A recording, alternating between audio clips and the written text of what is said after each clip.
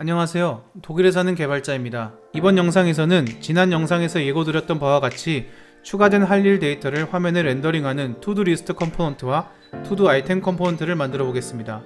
그 전에 지난 영상에서 다뤘던 내용을 잠깐 짚고 넘어가겠습니다. 사용자가 할 일을 입력하는 인풋 필드와 추가 버튼이 포함된 투두 폼 컴포넌트를 만들었습니다. 메인 컴포넌트인 app.txx에 모든 기능을 다 넣지 않은 이유는 역할별로 컴포넌트를 나눠서 코딩해야 나중에 유지보수도 쉬워지고 협업에도 큰 도움을 주기 때문입니다.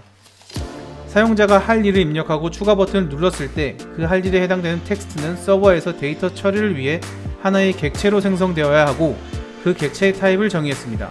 그리고 추가 버튼의 클릭 이벤트가 일어나는 장소와 데이터 처리가 일어나는 장소가 다르기 때문에 데이터 처리를 하는 함수를 생성해서 그 함수를 투두 폼 컴포넌트의 props로 넘겨주었습니다. 이렇게 했더니 추가 버튼을 눌렀을 때 할 일 데이터가 잘 처리되어 콘솔 로그에 잘 뜨는 것까지 확인하였습니다. 이제 이 데이터를 화면에 보여주는 컴포넌트인 투두 리스트와 투두 아이템 컴포넌트를 만들어 보겠습니다. 컴포넌트를 만들 때 저는 이 컴포넌트가 무슨 일을 하는지, 그 일을 하기 위해서 어떤 데이터를 필요로 하는지, 그리고 이 컴포넌트의 반환값이 뭔지를 먼저 생각하려고 노력합니다. 투두 리스트의 경우 이 컴포넌트는 결국 투두스 데이터를 받아서 그걸 리스트업 해주는 역할을 합니다. 투두스가 이 컴포넌트로 들어와서 각각의 투두들이 렌더링이 되는 겁니다. 그러니까 이 컴포넌트는 props가 있어야 하고 그 props는 투두스가 되어야 한다는 뜻입니다. 그리고 리턴 값은 리스트업을 해주는 HTML 태그인 ul이 나와야 한다고 생각을 할 수 있겠습니다. 그럼 컴포넌트를 만들어 보겠습니다. 기본 틀은 똑같습니다. 그리고 리턴 값에 리스트업을 해주는 HTML 태그가 오게 됩니다. 아까 말씀드렸던 것처럼 props로 투두스를 app.tsx에서 받아옵니다. 이건 타입이 투두 객체의 배열 타입이 되겠습니다.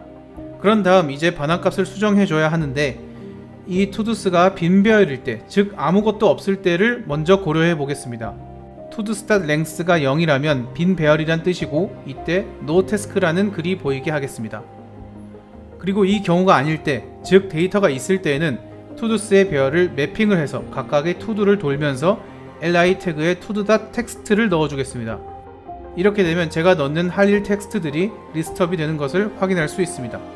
이걸로도 괜찮지만 우리는 각각의 할 일에도 두 가지 기능을 넣을 것이기 때문에 각각의 할 일 데이터를 렌더링하는 투두 아이템도 만들어 보겠습니다.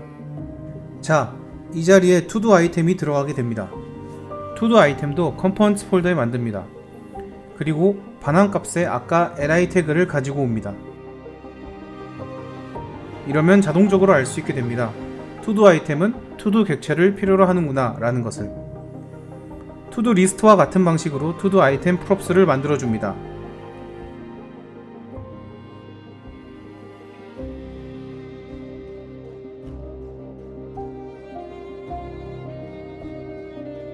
그리고 확인을 하면 이전과 다르지 않게 작동한다는 것을 확인할 수 있습니다. 우리가 바꾼 것은 그냥 li 태그 한 줄을 컴포넌트로 대체한 것밖에 없기 때문에 투두 아이템 컴포넌트가 있을 때와 없을 때랑 똑같이 작용해야 합니다. 이제 이 부분을 조금 더 이쁘게 만들고 아까 말씀드렸던 것처럼 두 가지 기능을 추가해 보도록 하겠습니다. 두 가지 기능은 삭제하기와 완료하기 상태로 바꾸는 것입니다. 아이템을 삭제한다는 것은 다음과 같이 생각할 수 있습니다. 사용자가 아이템 옆에 있는 삭제 버튼을 누릅니다. 이때 버튼 클릭 이벤트가 발생합니다. 그러면 그 클릭 이벤트를 투두스 상태를 관리하는 app.txx 컴포넌트가 알게 해서 app.txx에서 선택된 해당 투두가 투두스 배열에서 빠지게 됩니다. 이렇게 투두스의 상태 변화가 일어나게 되고 유즈 스테이트의 상태가 변화했기 때문에 app.txx 컴포넌트가 재렌더링 되면서 그의 자식 컴포넌트인 투두 리스트 컴포넌트가 재렌더링 되어 브라우저에 하나가 없어지게 되는 것입니다. 여기서도 이전 영상의 투두 폼 컴포넌트의 addTodo 함수처럼 삭제하는 메서드가 app.txx에 있어야 하고 props로 넘겨져야 한다는 것을 알 수 있습니다. 아이템을 완료로 상태 바꾸는 것도 마찬가지입니다. 아이템을 클릭할 수 있게 만들 겁니다. 아이템을 클릭한 그 클릭 이벤트가 app.txx에서 해당 투두의 completed 속성을 기존의 것과 반대로 바꿉니다. 이렇게 해서 상태 변화가 일어나게 되고 app.txx가 재렌더링 되게 됩니다. 따라서 이 속성을 바꿔주는 메서드도 app.txx에서 정의가 되어 투두 아이템으로 넘겨져 와야 합니다. 한 가지 질문이 있을 수 있습니다. 두 가지 경우 모두 클릭 이벤트가 발생하고 app.txs에서 해당 투두가 무엇인지 알아야 하는데 어떻게 app.txs가 알게 할 것인가? 이때 필요한 게 객체의 id입니다. 우리는 클릭 이벤트가 일어날 때 선택된 투두 id를 보내줄 겁니다. app.txs에서 넘겨져 온 함수에 선택된 투두의 id를 넣어주면 app.txs에 그 메서드가 실행이 될 때 해당 투두가 뭔지 알 수 있게 됩니다. 먼저 이 부분을 클릭할 수 있게 하기 위해 스팬으로 감쌉니다. 그리고 이 스팬 태그에 onClick 속성을 넣어줍니다. 그리고 이 onClick 속성엔 함수가 들어가게 되는데 따로 함수를 정의하지 않고 이 속성 값 안에 arrow 펑션으로 콜백 함수가 일어난다는 것을 명시해 줍니다. 콜백 함수는 아까 말씀드렸던 app.txs에서 넘어오는 함수이고 이 함수는 onToggleComplete라고 이름을 짓겠습니다. 우리는 이 함수를 props로 넘겨받을 것이기 때문에 이 함수를 props에 추가해 줍니다. 그리고 버튼 태그도 넣어줍니다. 이 버튼은 할 일을 삭제하는 버튼입니다. 똑같이 onClick 속성을 넣어주고 이 속성에는 아까와 마찬가지로 콜백 함수인 onDeleteToDo 함수가 실행되게 합니다. 이 함수도 props로 넘겨받을 것이기 때문에 props에 추가해줍니다. 이제 투두 아이템에 필요한 기능 두 가지를 넣었습니다.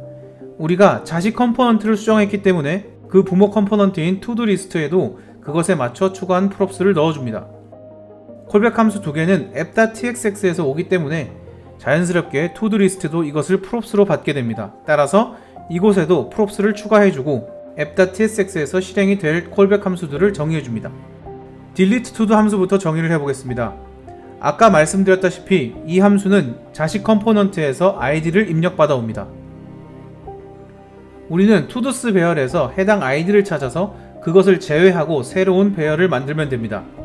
보통 배열에서 무언가를 삭제할 때 filter라는 자바스크립트 메서드를 많이 씁니다. filter 함수는 각 원소를 돌면서 해당 조건에 부합하는 것만 다시 배열로 반환합니다.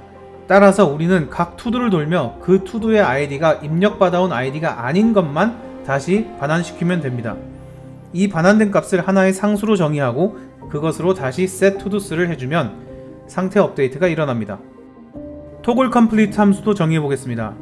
이 함수는 해당 id의 to도의 completed 속성을 바꾸는 함수입니다. 이럴 때는 맵을 사용하는 게 좋습니다. 매핑으로 각 to도의 원소를 돌면서 물어봅니다. todo.id가 선택된 id와 같은지, 같다면 그 to도의 객체의 다른 것들은 놔두고 completed만 바꿔줍니다. 아니라면 그냥 todo 그대로 반환하게 합니다. 그 반환값을 다시 아까 삭제할 때처럼 새로운 상수로 정의하고 그것을 다시 setTodos로 상태 업데이트를 해줍니다. 이제 완성이 되었습니다. 확인을 해보면 아까 상태에서 delete 버튼이 생긴 걸 확인할 수 있습니다. 그리고 그 delete 버튼을 누르면 할 일이 삭제되는 것을 확인할 수 있고 이 할 일을 클릭하면 그 클릭한 할 일의 completed 속성이 true로 바뀐 것을 확인할 수 있습니다. 이제 간단한 CSS 작업을 해보겠습니다. 이전 영상에서 말씀드렸던 것처럼 이번 React To Do 영상에서는 CSS를 깊게 다루지 않을 것입니다. 지금 쓰고 있는 코드는 list 태그, li 태그의 클래스 네임인데 이 클래스 네임을 변수로 만드는 것입니다. 클래스 네임은 to-item 뒤에 이 to도의 completed가 true라면 completed라는 텍스트가 붙게 만듭니다. list 태그는 원래 이런 스타일을 갖고 있고 completed가 추가가 되면 이 스타일이 추가가 되게 합니다. 그리고 다른 태그들의 속성을 또 알맞게 맞추어 주게 되면 이렇게 이쁘게 바뀌게 됩니다. CSS는 제가 아직 누군가에게 알려드릴 실력이 안 되기 때문에 이렇게 영상으로 설명드리긴 아직 어렵고 그렇지만 질문을 댓글로 달아주신다면 공부를 해서 최선을 다해 알려드리겠습니다. 해당 아이템을 클릭하면 completed 속성이 true로 바뀌게 되고 아까 정의했던 completed 스타일이 적용이 되어 이렇게 텍스트 위에 줄이 그어지게 됩니다. 자, 이제 마지막 문제에 대해서 다뤄보겠습니다. 이렇게 할 일들을 추가해 놨지만 새로 고침을 하면 사라집니다. 새로 고침을 하면 컴포넌트들이 재렌더링이 되고 모든 스테이트들이 초기화가 되기 때문입니다. 새로 고침을 해도 데이터가 남아있게 하려면 이 데이터를 어딘가에 저장을 해야 하는데 우리는 지금 백엔드가 없기 때문에 데이터베이스에 연결하기는 좀 번거롭고 브라우저의 로컬 스토리지에 저장을 해보도록 하겠습니다. 원래 우리는 useState로 상태의 초기 값을 정의하고 그 상태를 업데이트 해왔습니다. 그래서 항상 빈 배열로 초기화가 되어 새로 고침을 했을 때 no tasks라고 나온 것이었습니다. 이 초기 값을 우리가 로컬 스토리지에서 갖고 온 배열로 지정을 한다면 새로 고침을 했을 때 상태가 초기화가 되어도 만약 로컬 스토리지에 데이터가 있다면 그 데이터로 렌더링이 될 것입니다. 로컬 스토리지에 데이터가 저장되는 방식은 객체의 방식과 유사합니다. 객체는 키와 밸류로 이루어져 있습니다. 로컬 스토리지도 이런 식으로 저장이 되어 밸류 값을 불러오려면 키 값을 알아야 합니다. 그리고 해당 키가 없다면 undefined로 반환을 합니다. 또 한 가지 중요한 점은 밸류 값이 모두 스트링화가 되어 저장이 된다는 뜻입니다. 객체처럼 보여도 타입이 문자열이기 때문에 이 밸류를 사용하려면 JSON으로 바꿔줘야 합니다. 그래서 json.parse라는 메서드를 사용합니다. 우리는 useState의 초기 값을 다음과 같은 함수로 지정할 수 있겠습니다. 이 함수는 결국 로컬 스토리지의 toDoS라는 키 값을 찾아서 그 키 값이 있으면 그것에 해당되는 value로 반환하고 아니면 빈 배열을 반환하는 함수입니다. 이때 반환되는 value는 JSON 형식으로 변환되어서 나와야 합니다. 이렇게 되면 setToDoS로 상태를 업데이트하면서 그 업데이트된 할일 배열을 로컬 스토리지에 저장할 수 있습니다. 저장할 때는 반대로 JSON 객체를 스트링화를 시켜줘야 해서 json.stringfi라는 메서드를 사용해야 합니다. 그러면 setToDoS가 사용되는 모든 곳에 localstorage.setItem todos, json.stringfile updated todos를 넣을 수 있고 이렇게 되면 새로 고침을 해도 저장된 데이터가 유지가 되고 로컬 스토리지에 데이터가 저장된 것을 확인할 수 있습니다.